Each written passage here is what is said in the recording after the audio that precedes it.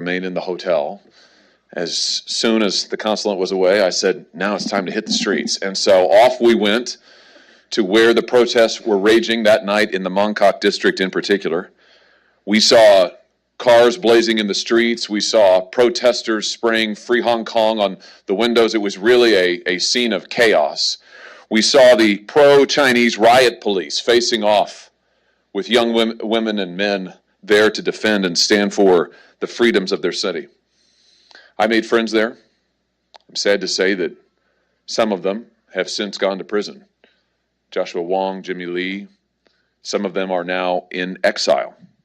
I will not forget that trip because it was there that I was able to see firsthand the nightmare that the Chinese Communist Party offers the world. And make no mistake about it, in the Hong Kong crackdown, we see the true face of Chinese tyranny. And we may yet see it again in other places around the world, including with and beginning with Taiwan. And my worry is, if we do not change course soon, we may not be able to do anything about it. It's not very popular to say that openly, and I'm not very popular with my colleagues when I do. Dozens of lawmakers and so-called experts and talking heads have claimed that an invasion of Taiwan simply will not happen, or that if it does, we'll of course prevail. They say that China is afraid to challenge us, or just that they won't. These people prefer to tell a familiar and comforting story. It's become a bit of a bedtime story in the foreign policy community, which goes like this, that winning the Cold War allows us to police the world for all time. No problem. They want us to believe our military might is infinite, that American power faces no real constraints, and that we ought to use it to try and reshape the world. Now they want us to believe we can fight an endless proxy war in Ukraine, and somehow, some way, none of this will deter our ability to stop China from invading Taiwan, or deter our ability to stop China elsewhere. You know, curiously enough, this story of American empire, and that's really what it is, a story of liberal empire, is not particularly partisan. It's told by neoconservatives on the right and liberal globalists on the left. Together, they make up what you might call the Uniparty, the DC establishment that transcends all changing administrations. It's hard to challenge the Uniparty. They've gotten pretty good at telling their favorite story, which is why anybody who questions them these days gets labeled as anti-American or Putin's puppet from 100 different quarters. But today I thought maybe we'd try something different. I thought maybe we'd try something a little unique for Washington. I thought maybe today we'd try telling the truth. And the truth is, Americans have been sold a bill of goods. Our current foreign policy is not working, and it has not worked for decades. It's not working for our security. It's not working for our economy. And above all, it is not working for the American people. It has cost them, many of them, their jobs, their towns, their communities. I've seen it myself in my own state. All of that thanks to the bad trade deals that we were promised would make all of us richer. Now that hasn't happened. Instead, our industrial base has been hollowed out, and good paying jobs that support people in working communities like the one that I grew up in have seen those jobs go overseas. But our current foreign policy isn't working even according to its own standards. It is falling apart at the seams, with the Uniparty doing its level best to patch it together by writing blank checks to other countries. The truth is, we are overcommitted. Our elites are deluded by the dream of liberal empire. The Uniparty tells us that we're on the right side of history and tough trade-offs don't exist.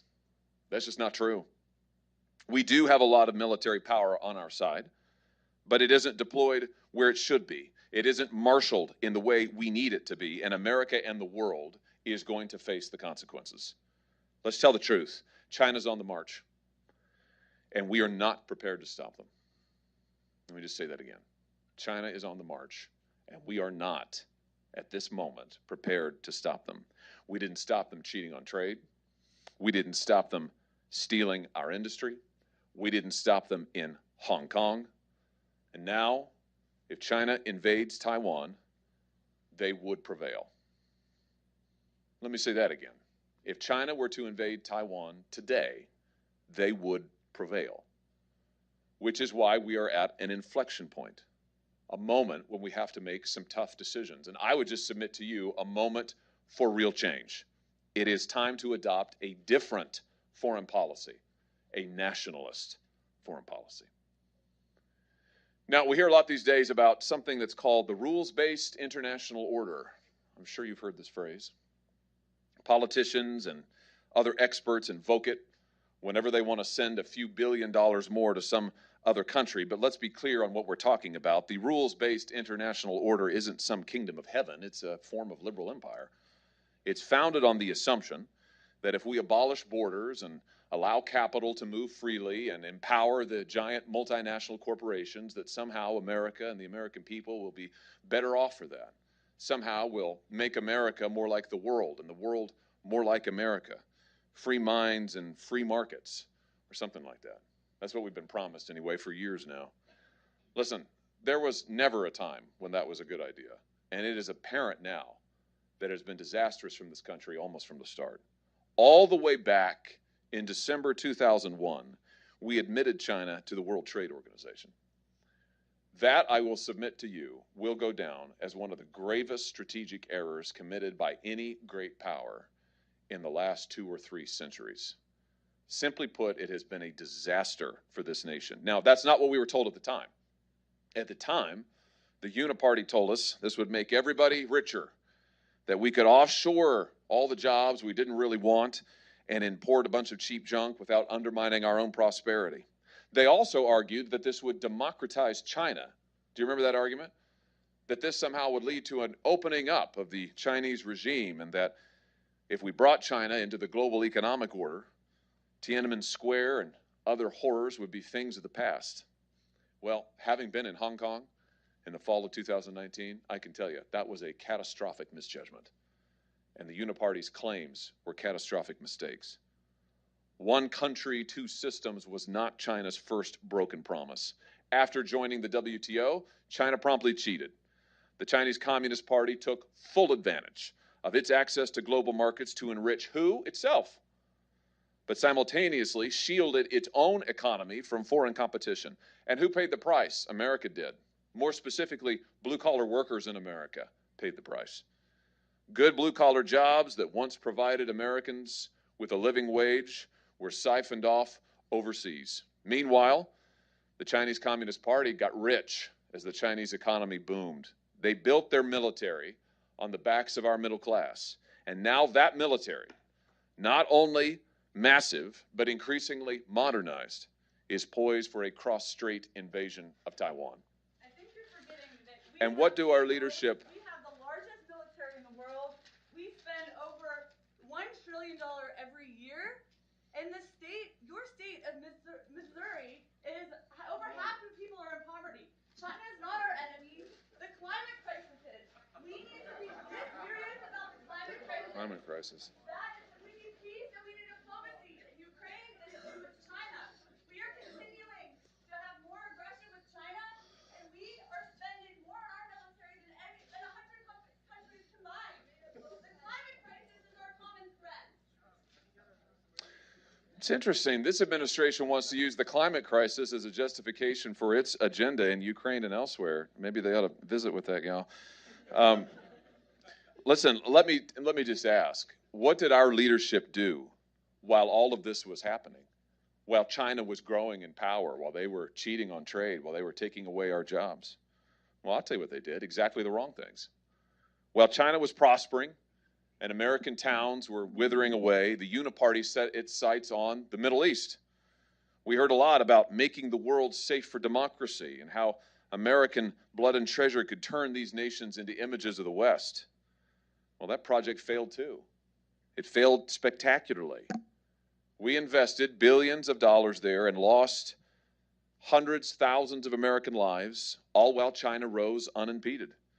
And the people who are responsible for those misjudgments are still members of the DC establishment in good standing, and nobody has ever been held accountable. And now we're hearing the same siren song again. This time it's about Ukraine. If we only send a few more weapons, a few more billion, or maybe it's a few more $100 billion, then we'll really have a stable, rules-based international order. Maybe we should do some more nation building. Maybe we can even force regime change in Russia. All ideas that the Uniparty is excited about. All ideas that are nonsense. They're the wrong ideas at the wrong time.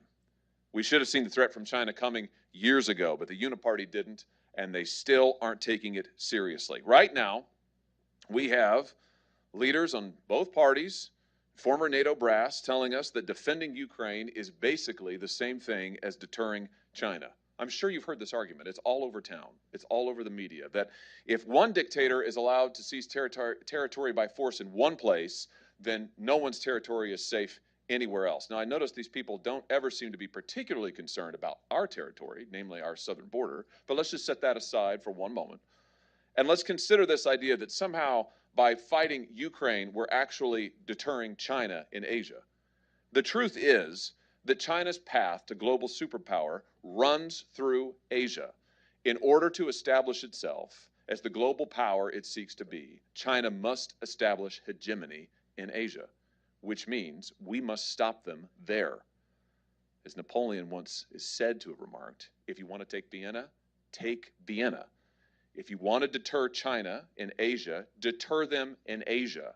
The idea that spending money in Ukraine will somehow stop China's military buildup and its imperial ambitions elsewhere is simply fanciful. And yet, Congress has poured billions, over $100 billion and counting, into Ukraine defenses at a time when the American people are still dealing with sky-high inflation, and there's no end in sight. We will soon see, I have no doubt, requests for billions more in blank checks to Ukraine from this administration to be signed off on by this Congress. But that's not really even the core problem. The core problem is our actions in Ukraine are directly affecting our ability to deter our most pressing adversary, that is China in the Pacific. Let's just consider where we are. Let's talk about our position.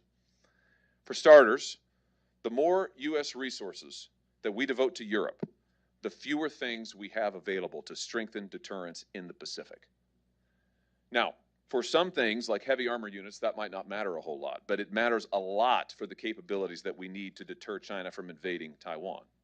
Let me give you some examples. Both Ukraine and Taiwan require many of the same weapons, including the Javelin and Stinger missiles, just for example.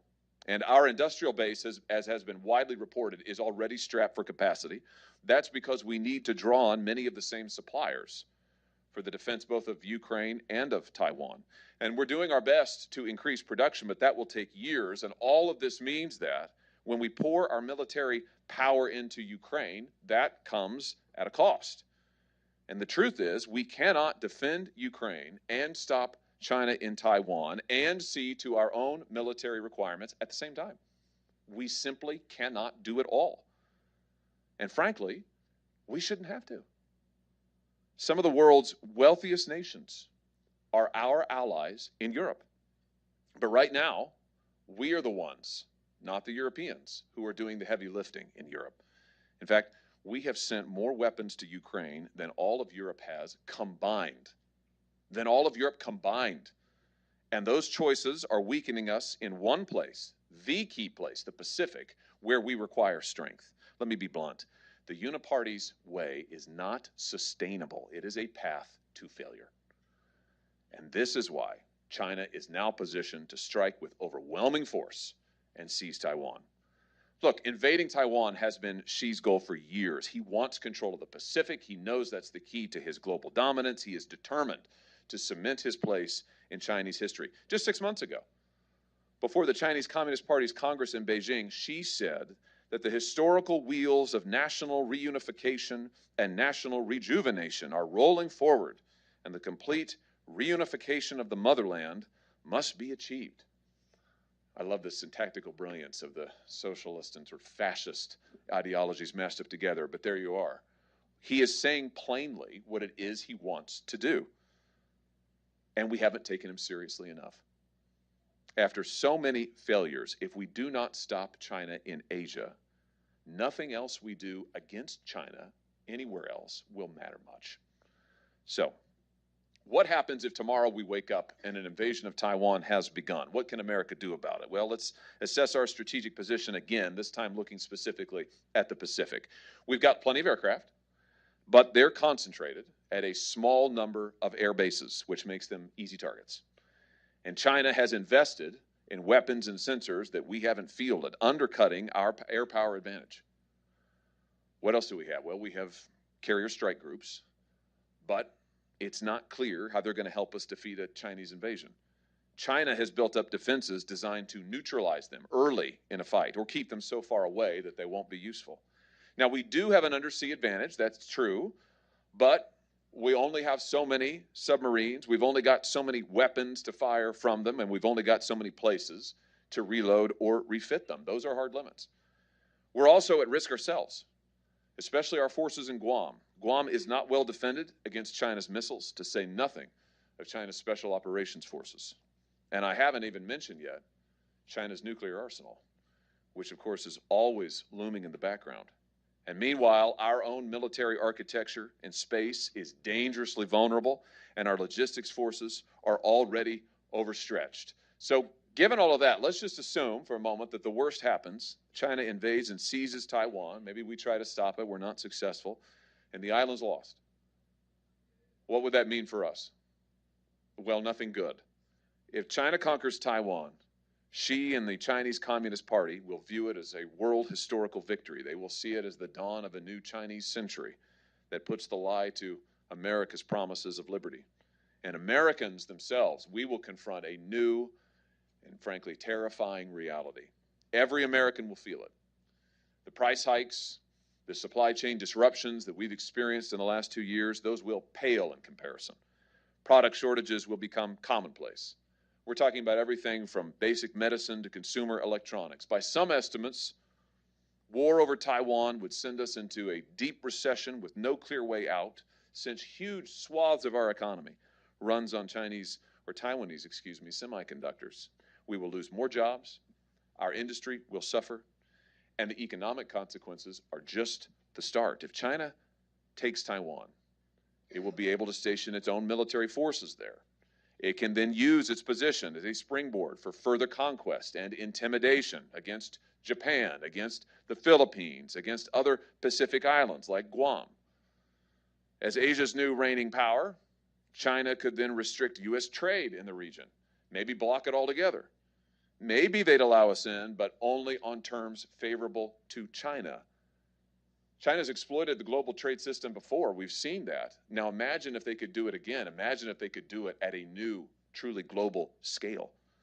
We recently witnessed the Chinese spy balloon go right across the United States, right across my home state of Missouri, by the way, over our military installations, totally unimpeded.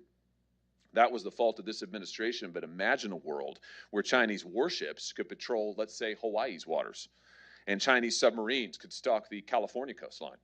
Imagine a world where the People's Liberation Army has military bases in Central and South America. Imagine a world where Chinese forces operate freely in the Gulf of Mexico and the Atlantic Ocean. That's the future that we will be facing if we are not able to finally stop China. It is a dark future. It is an increasingly plausible future, but it is not yet an inevitable future. There is still time to chart a different course, but we have to act, and we have to act now. That different course, I humbly submit to you, is a truly nationalist foreign policy. A foreign policy in the spirit of Alexander Hamilton and Theodore Roosevelt. What would that look like? Well, a nationalist foreign policy would put America's interests first, and deterring China from seizing Taiwan should be America's top foreign policy priority. That means our defense spending should be concentrated on deterrence in the Pacific. We should stockpile weapons, disperse our forces in the Indo-Pacific, and accelerate late-stage development of space, cyber, and other critical capabilities like the B-21 bomber. None of that's news, but we are years behind schedule, and it's time to get caught up. Strengthening deterrence in the Indo-Pacific means scaling back our military commitments elsewhere, and that brings me back to Europe. What we need is a new burden-sharing arrangement with NATO. Listen, it's time to tell our NATO allies the hard truth, which is they must take first obligation, first responsibility in the defense of Ukraine and encountering Russia. We should say that to them directly. We should stop trying to send signals. We should stop saying on the one hand, on the other hand, and say to them bluntly, they must take responsibility for the defense of Europe themselves, relying on us for our nuclear deterrent and for a few other key capabilities. What would that do? It would free up American resources for deterring China. And this should be the basis of our partnership with our European allies. Listen, I'm for partnerships. I'm for the alliance. The basis of our burden sharing in the 21st century, though, has to look like this. The Europeans take the lead in Europe, and we will take the lead against China. That will be more than enough for both of us, I assure you. But the current policy of the United States pretending it can do everything for the Europeans in Europe and do everything for the rest of the world in Asia is simply fanciful, and it cannot be sustained. We'll have to tell our NATO allies the truth that unless they deter Russia and confront Russia themselves, if there is a conflict in the Pacific, we will have to move our forces from Europe to the Pacific. We need to be honest with them that strategically, the Pacific is the key theater for the United States of America. Europe is important to us, but it is not the key that the Pacific is. And it's time we told our NATO allies that bluntly. So what concrete steps can we take towards that new burden sharing arrangement? Well, number one, we can stop writing blank checks to Ukraine and demand that our European allies step up. Listen, we have to make a choice. Ukraine, China, we cannot do both at the same time. We should be honest about that. First with the American people, then to our allies and the world. And so we should say to our European allies, you take first lead, you take first responsibility for the defense of Ukraine and the confrontation with Russia, and we will take the lead in Asia. And we should clarify what the stakes are for them. They should know that we will not be able to fully defend them if a conflict with China breaks out. What else should we do? We should reduce our force levels in Europe. My colleagues hate it when I say this, but it's just the truth. We should not be increasing our force levels in Europe. We should be reducing our force levels in Europe, and we should keep cutting until we're supporting NATO's defenses with only those capabilities that we don't need to deter China. And of course, with our nuclear arsenal. And we should ask our European allies to make up the difference.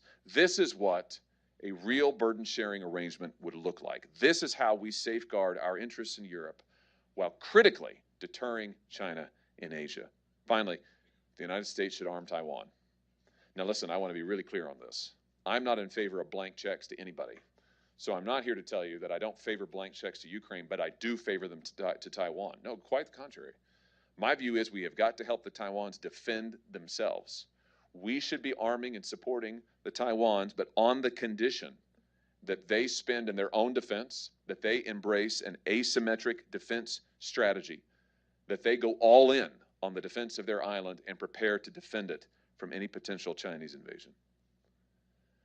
The Uniparty is not going to like this message. In fact, they hate it. They'll probably call it, who knows what, Russian propaganda or something like that. But I have to tell you, when I first came to the Senate, I promised the people of my state that I would tell them the truth. And this is the truth. These are the choices that we face. And even when the truth is difficult and the choices are tough, we have to stand in front of the American people and explain what the stakes are and why we should take the choices that we do. That's what is at the heart of a nationalist foreign policy, by the way. It is clear-eyed realism in service of the American people. Changing course won't be easy, don't get me wrong. It will take sacrifices, it will require difficult choices, but that is what we're here to do, and that is what this hour demands. We've got to start looking reality in the eye. We've got to start making the difficult choices that will allow us to meet the challenges of our day. We've got to choose the truth over the fairy tale. We've got to choose the truth over comfort. If we do, there is still time. This country is the strongest country on the face of the earth. We're the best country in the history of the world. We can prevail. I have every confidence that in this conflict with China, for the future of the world, we will prevail. And above all, for our own way of life, we will prevail. But we must make the choices now to make sure that that possibility becomes reality. Thank you so much for having me.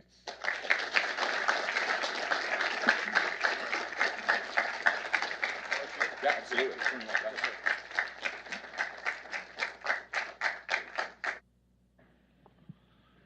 Well, Senator Hawley, not that this is a surprise, but that was a tour de force. And there are a lot of things I want to ask you about, but you've come over between votes, and so we probably have time for just a few questions. Yeah. But thanks again. Thank you. I'm particularly grateful. I speak on behalf of all of us at Heritage, the several 100,000 everyday Americans who support our work financially every year, even some who supported very strictly defined military aid for Ukraine. What they tell me, even in trips that I took to Florida and Texas this week, is that they feel hoodwinked. And they feel hoodwinked by the Uniparty. So a statement before the question: the Heritage Foundation will stand with you and any member of the Senate who wants to fight the Uniparty. Thank you. Absolutely. I'll talk to that. And the reason for that is, as you identify, the first question we need to ask in foreign policy is, what's in the best interest of the Americans? Right. And typically, when we're at our best, our most virtuous, we've made mistakes as a people, that affects, in a good way, people around the world. It leads to this question. What's the root cause of this misguided thinking in D.C., given all of the data that you pointed out, the other data that's out there? That is to say, it's so apparent that the much graver threat to the American people is China. There are smart people in D.C., even some who might disagree with you and me in Heritage. How do we fix that? That's the urgency that I'm hearing from people in America. How do we actually break that stranglehold that misguided thinking has on policy in this town? I think that part of it is that with the fall of the Cold War, with the end of the Cold War and the fall of the Berlin Wall, we really had a Wilsonian moment in American foreign policy that has now extended into Wilsonian decades. You know, and Wilson, Woodrow Wilson, as you may remember, was a dedicated internationalist. He was a dedicated globalist on principle, by the way. I mean, he thought that we should make the world safe for democracy. That was his line that he famously used. And I think what you saw is after the Cold War, you had a whole generation of American policymakers who said, the Wilsonian moment has now arrived. Borders don't matter. American uniqueness doesn't matter. We're going to make all of the world more like America, and we're going to make America more like the world. And there'll be this great global integration. The first President Bush promoted something like this. He talked about open trade, open borders, open minds. I just think it turned out to be a spectacularly bad idea. And I think that for a whole generation of policymakers, they've not been able to free themselves from the grip of this Wilsonianism, and they haven't been able to understand that pursuing it actually undermines American exceptionalism and actually undermines American strength. Here's the last thing I'd say on that, Kevin. I do think there's a class element to this. Mm-hmm. Listen, this is something else that we ought to be frank about, and nobody in this town likes to talk about it. But the current economic order and the current foreign policy order favors a particular class of people. It favors people who have four-year college degrees or advanced degrees. It favors people who have the credentials to prosper in the hyper-globalist economy that we have. That's who it favors. Who does it not favor? The people who fight our wars, working-class people. Who does it not favor? Blue-collar workers. Who does it not favor? People who actually don't have much of a voice in Washington.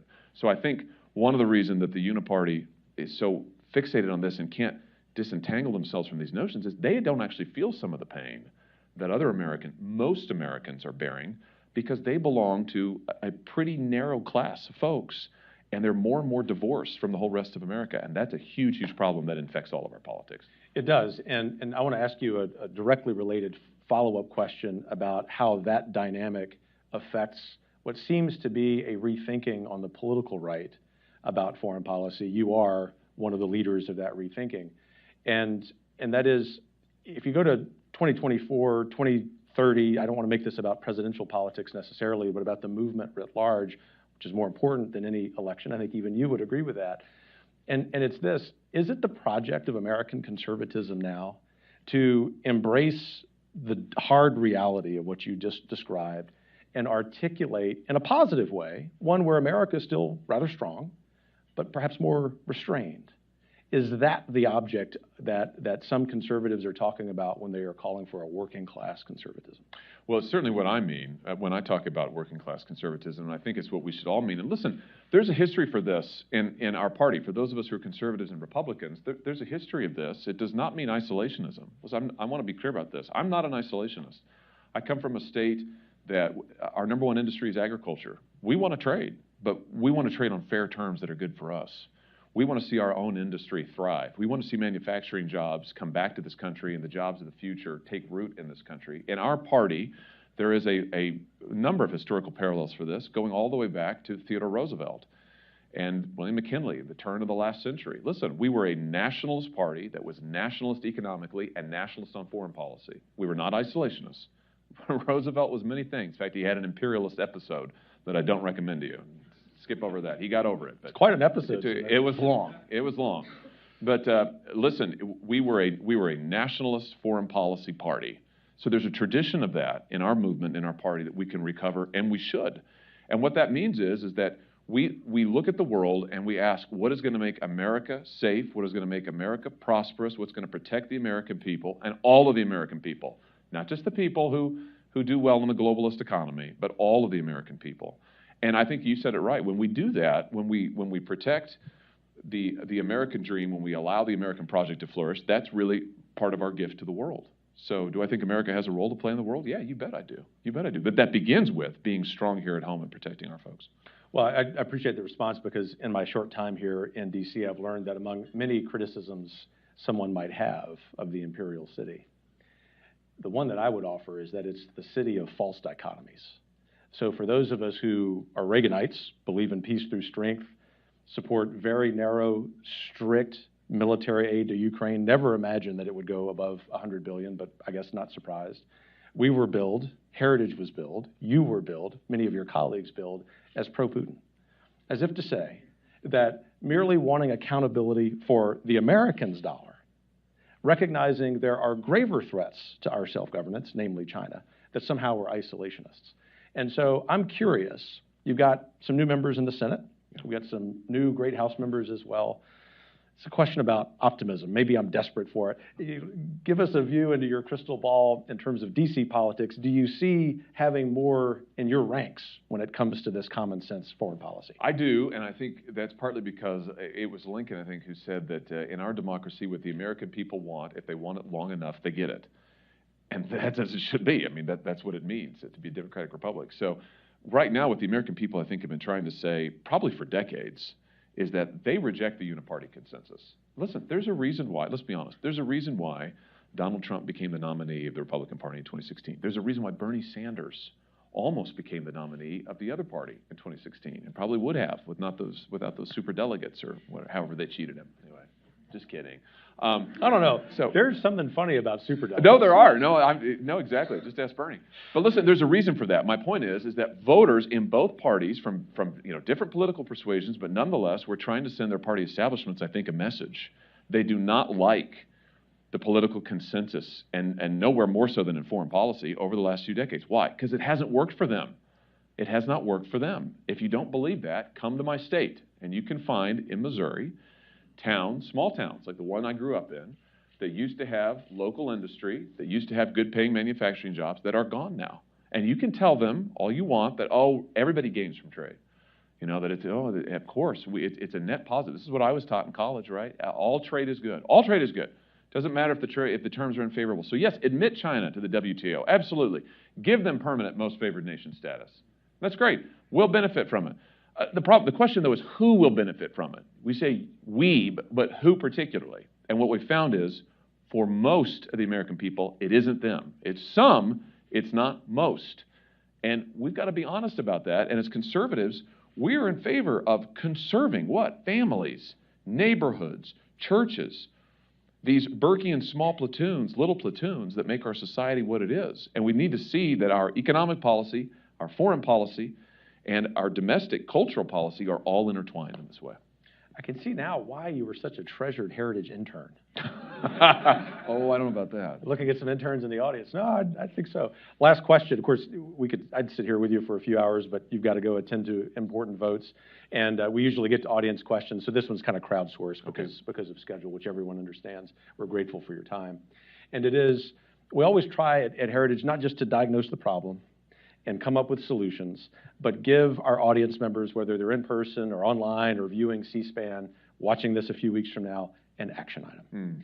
What can the everyday American do to further the great goals that you outlined?